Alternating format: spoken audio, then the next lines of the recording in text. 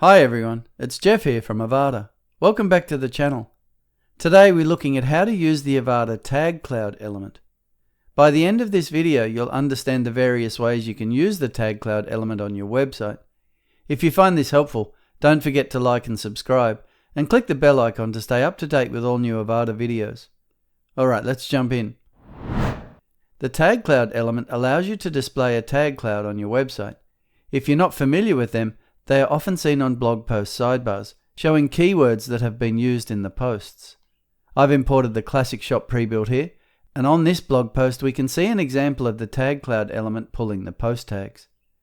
But with the Tag Cloud element, the taxonomy options offer a lot more than just post tags, and so it becomes very useful in other places as well. Further down in the footer, we can see another example of the Tag Cloud element, and if we look at this in the builder, we can see that this time it's pulling the product tags. So this element can be used in many different ways. Let's look at another example, and this time I will add the Tag Cloud element into this container with these product summaries. I've removed one of the columns and added a new one for my Tag Cloud. And as you can see from the title, it's going to display product categories. I'll just add the element in here. I can see that our default background color is not allowing us to see the text, so I'll just jump to the Design tab and change that background color to color 7. I'll just do it on this element, as otherwise it could affect the other instances of the element on the site. Okay, so coming back to the General tab, we can see the element loads with tags as the default taxonomy. But if I open the taxonomy options, we can see there is a range of custom post type taxonomies to choose from, including categories, brands, product categories, product tags, product color, product size, portfolio categories, portfolio skills, portfolio tags, and FAQ categories.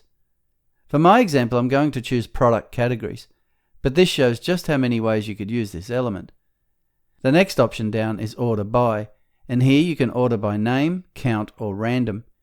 Here I might set it to name, and in the next option set that to display in ascending order.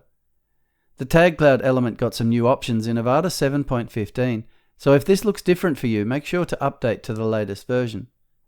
Following this, there is the number of tags option. As the description notes, you can set this to -1 to display all tags, 0 to use the number set in settings reading, or you can of course just manually select a number with the slider, which goes up to 100. Here I will just set it to -1 as I want to display all categories. Show count comes after this, which you can set to on to display the number of products in each category, but for this example I think I'll leave that off. Below this is the element visibility option for controlling the visibility of the element on various screen sizes, and the CSS class and CSS ID options for further customization with CSS. I don't need them for this example, so let's move to the Design tab. At the very top there is a margin option for margins around the element as a whole. I might just tweak this a tiny bit by adding 5 pixels top margin. Then we have Style. Here we are displaying basic, but if I choose arrows we can see that the tags are now displayed, well, like a tag. For this example though, I think I'll leave it on basic. The next option is Alignment, which we can use to align the tags within the column, and here left aligned will look the best. Tag Spacing is the next option. This is in pixels. 0 looks kinda cool, but I think I will stick with the default of 10 pixels. Then we have an option called Font Size Type.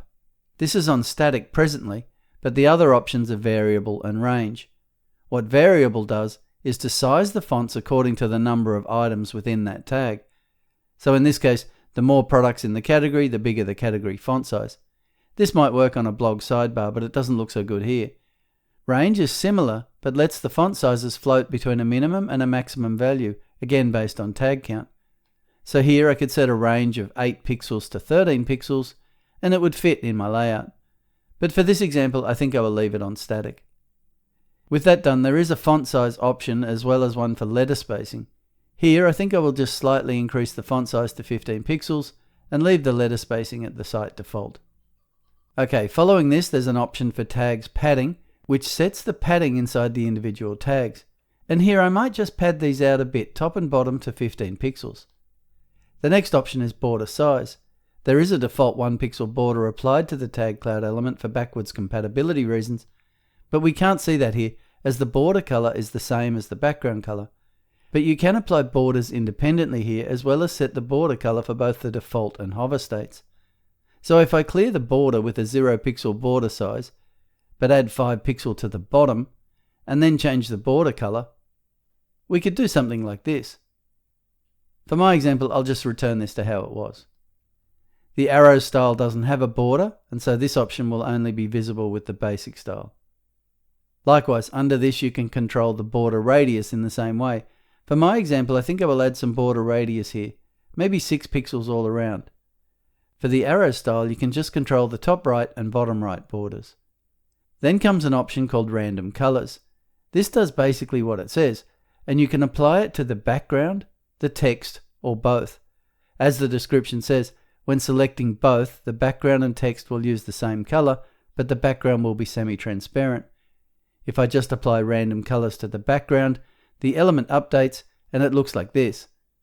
And if I also add text, it refreshes again and now looks like this. I'll turn these both off, as that brings the color options back, and here you can style the tags as you wish, with both options for the normal and hover state.